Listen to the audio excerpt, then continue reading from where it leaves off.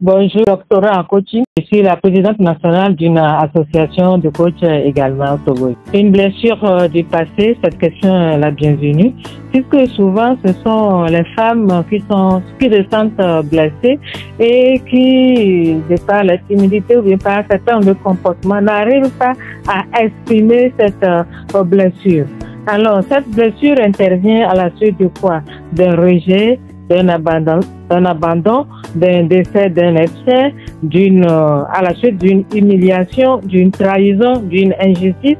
Et cette blessure du passé intervient dans tous les domaines de la vie, que ce soit dans la vie sociale, dans la vie familiale, sur le plan professionnel. On ressent ce rejet, cet abandon, des humiliations qui peuvent occasionner des blessures des fois incurables. La blessure s'est passée dans le passé.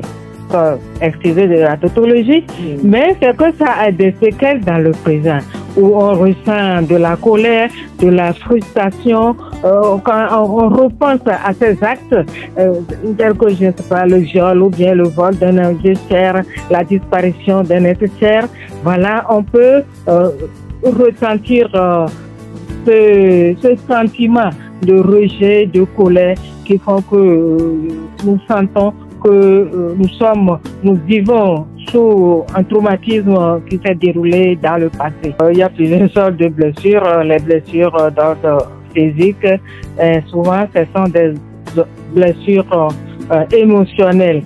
Et quand on ressent ce sentiment, nous ne sommes pas à la hauteur, est-ce que je peux faire ceci, ce sentiment d'humiliation qui se manifeste par ce sentiment d'infériorité, on ne se sent pas à la hauteur. Donc voilà diverses catégories, diverses sortes de choses par lesquelles on peut identifier ce sentiment de blessure dans le passé, qu'on a eu subi dans le passé. En face d'une douleur occasionnée par cette blessure, en face de ce traumatisme d'ordre mental, on se souvient souvent de ce fait qui nous a choqué, qui a provoqué des désordres dans notre comportement, dans notre mental. On se sent difficile à oublier. J'ai dit la mémoire n'arrive pas à oublier cela. Donc, on se sent un peu diminué. Tant physiquement, ça peut occasionner des douleurs physiques, des maux de tête, même ça peut attaquer le foie. Tout cela parce qu'on a eu à subir un traumatisme dans le passé. On dit que l'homme est un animal éminemment social. Tant qu'on vit dans la société et on est face à un certain nombre de problèmes, il faut se confier à des personnes. La personne la plus indiquée, c'est souvent nos proches parents, le papa et la maman. On peut se confier à eux. Maintenant, dans le cercle familial, on peut identifier aussi un certain nombre de personnes qui nous sont proches, que nous jugeons compréhensibles, qui peuvent comprendre ce dont nous souffrons et nous proposer des solutions pour nous aider. Et si l'auteur de la blessure est dans notre milieu, il faut aussi le dénoncer, en parler à quelqu'un qui puisse lui parler pour que ces souffrances, que ce soit dans le passé proche ou le tien, que ces souffrances, ces provocations, ces attaques qui nous humilient, qui nous diminuent, cessent. Donc, surtout quand il y a des séquelles physiques, il faut toujours en parler et aller vers ceux qui peuvent nous aider à guérir de ces séquelles physiques, mais les séquelles émotionnelles, les séquelles psychologiques sont souvent les plus profondes et les plus difficiles à guérir, mais avec la communication, en parlant, en racontant ce qui s'est passé, ça peut nous aider à guérir. La personne n'est plus avec nous, c'est en cas d'un décès, mais c'est nous qui sommes vivants, qui devons avoir une certaine force mentale, j'allais dire forte, mais supérieure pour vraiment nous aider à surmonter cela. Bien sûr, la personne est décédée, je ne veux pas l'assurer. Moi, par exemple, mon papa est décédé, j'avais eu très mal à l'époque. C'est d'ailleurs aujourd'hui le 22e anniversaire du décès 4 juin. Mais quand je pense à ça, je ressens toujours cette douleur, cette perte, bien que je sois déjà âgée avant qu'il me décède, j'avais plus de 40 ans. Mais je ressens toujours ce manque. Mais il y a en moi cette force qui me dit que si je suis chrétienne, il est auprès de son Créateur et que nous allons tous nous retrouver un jour. Donc, il me faut cette force mentale pour pouvoir survivre. Même en cas d'un viol, je vais raconter l'histoire de cette jeune fille qui, quand elle est devenue adulte, elle n'arrive pas à supporter les rapports sexuels, par exemple. Mais la jeune fille, elle doit se marier. Effectivement, elle s'est mariée, mais les rapports sexuels avec son mari sont difficiles et le couple a décidé d'aller consulter un coach. Et le seul fait de raconter ce qui s'est passé au coach, peut-être en présence du mari, a fait que dès qu'ils sont retournés à la maison, ils ont pu faire l'amour plus copieusement. Donc, le coach, eux-mêmes, ils croyaient qu'ils auront besoin de plusieurs séances de guérison pour pouvoir surmonter ce mal. Mais une seule fois, il a eu à raconter ce viol. Peut-être pas dans tous les détails, mais en général, et ça l'a aidé. Elle a été guérie et aujourd'hui, ils sont mariés, ils font l'amour et ils ont eu des enfants. Donc, c'est bien de se confier à des gens quand on est face à certaines situations. Il est vrai que dans l'émission Parole à la femme, c'est les femmes qui nous écoutent plus souvent. On a souvent très peur de se livrer et à autrui. Souvent, les victimes du viol se victimisent. Ils croient que la faute est de leur côté, alors que c'est le violeur qui devait avoir honte, qui devait avoir peur. Mais les femmes pensent que j'ai été violée parce que c'est de ma faute. Non, il faut que les femmes arrivent à parler, à dénoncer un certain nombre de choses et à avoir de l'aide de personnes matures, de personnes positives pour pouvoir s'en sortir. Comme je l'ai dit tout à l'heure, souvent les victimes de cette violence croient que la faute vient d'eux. Quelqu'un, par exemple, qui a perdu sa mère en venant au monde, elle va avoir tout le temps l'idée que c'est elle qui a tué sa mère, cette personne, alors que ce n'est pas du tout vrai. Et donc, ils ont besoin d'un soutien moral, un soutien psychologique. Un enfant qui a été abandonné peut se dire, je suis maudit, c'est pourquoi ma mère m'a abandonné. Mais non, il faut des personnes avisées, des personnes qui peuvent communiquer. C'est la communication.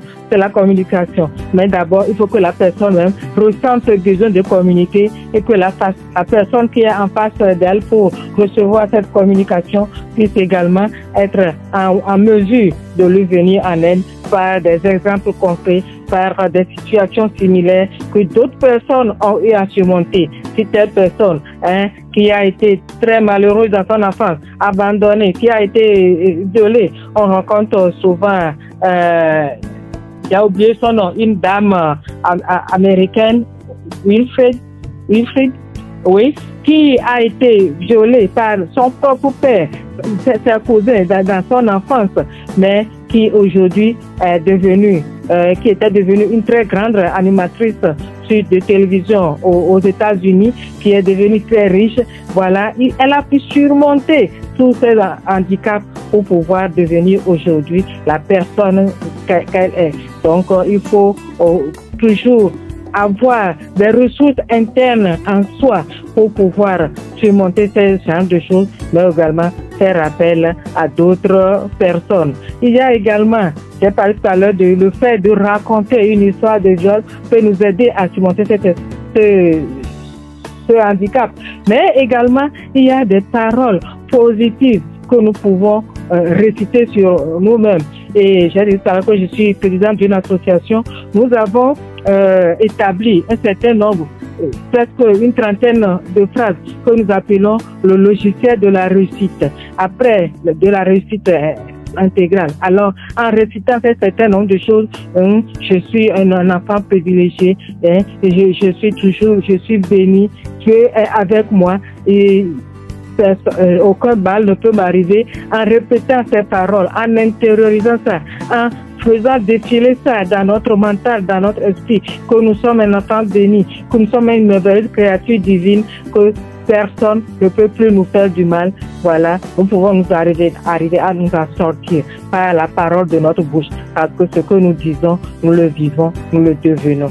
En face d'une infidélité, par exemple, vous savez, on dit souvent qu'il n'y a pas de fumée sans feu. Il faut d'abord soi-même se remettre en question. Qu'est-ce que j'ai fait qui a poussé l'autre à l'infidélité? Si j'étais à sa place, est-ce que je n'aurais pas pu commettre le même acte?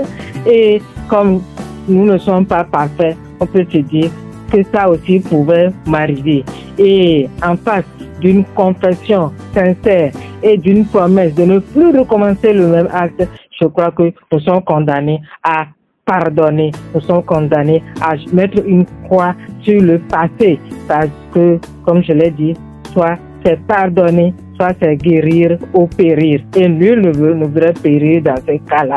Donc, il faut cesser. Quand tu te mets en face d'une infidélité de ton conjoint, il ne faut pas te dévaloriser. Tu dis, c'est parce que je ne vaux rien qu'il a fait ceci. Non, il y a son tort et ça aussi. Tu as tort et vous allez parler ensemble pour avoir des promesses sincères.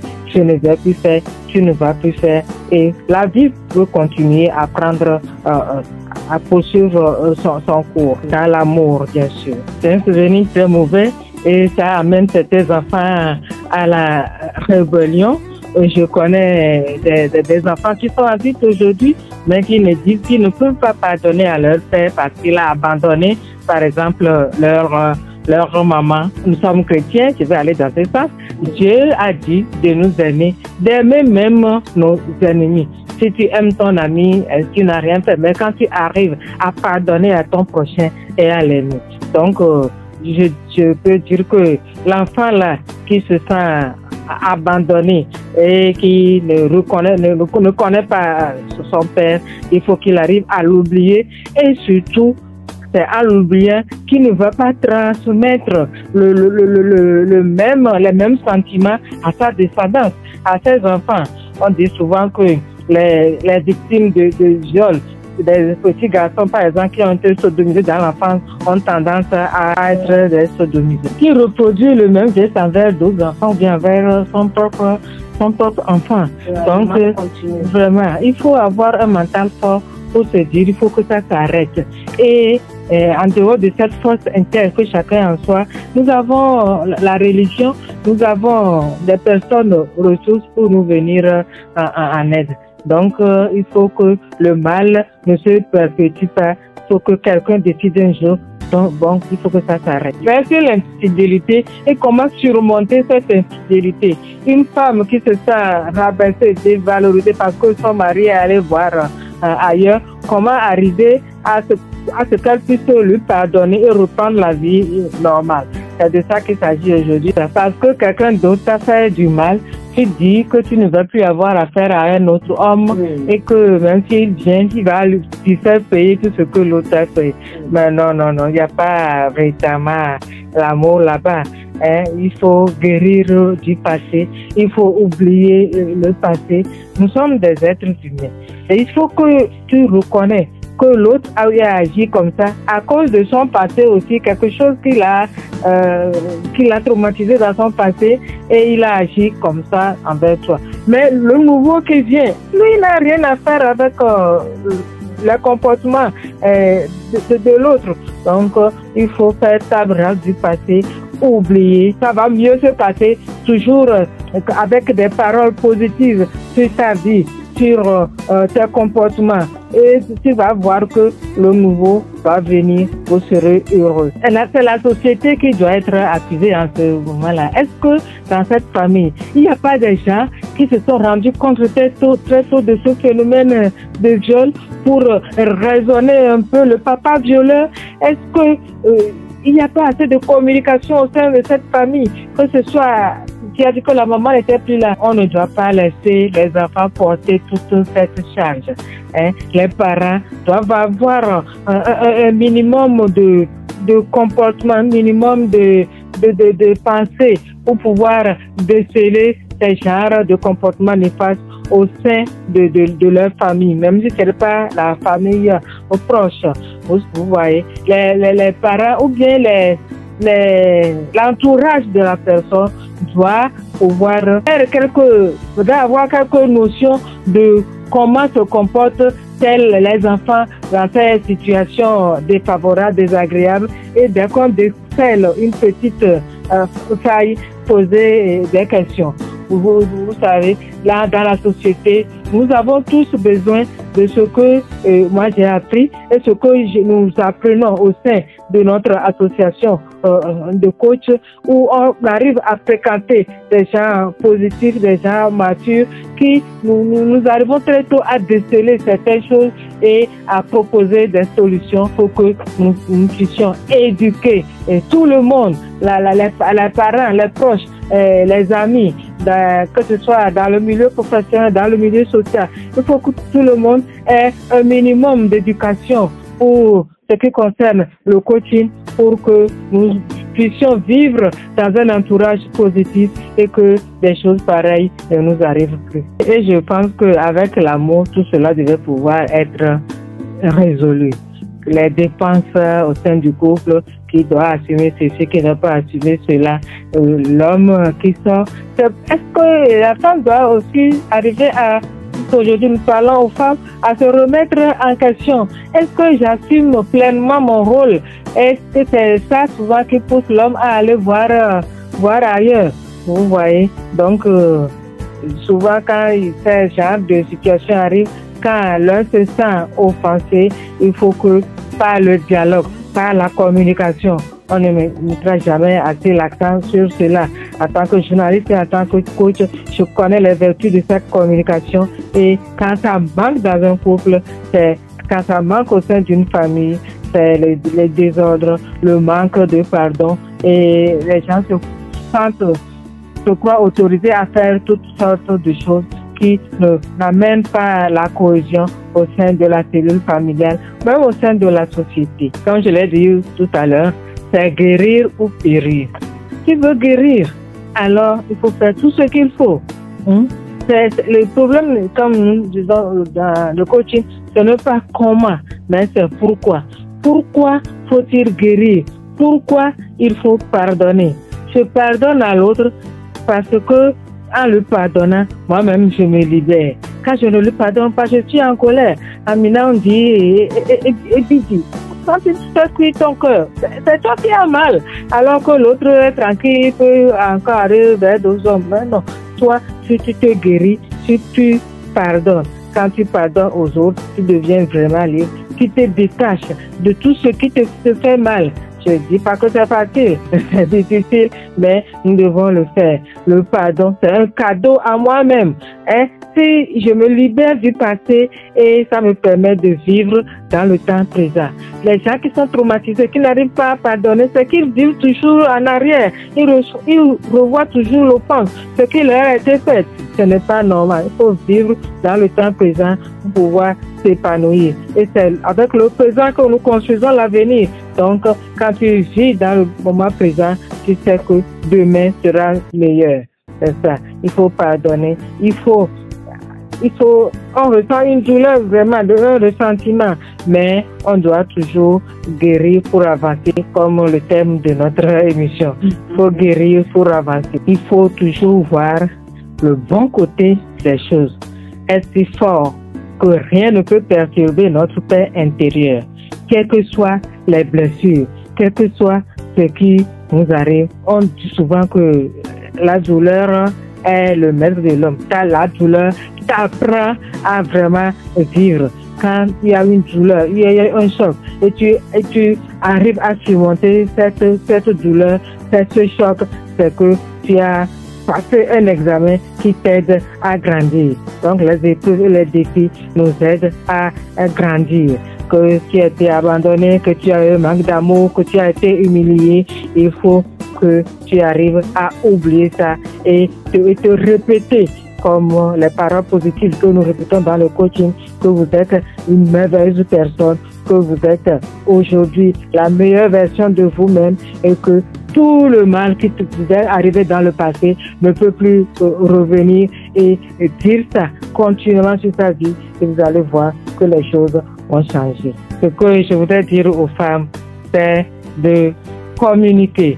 Aujourd'hui, il paraît que dans les asiles psychiatriques, il y a plus de femmes que d'hommes parce que les femmes ont appris à encaisser.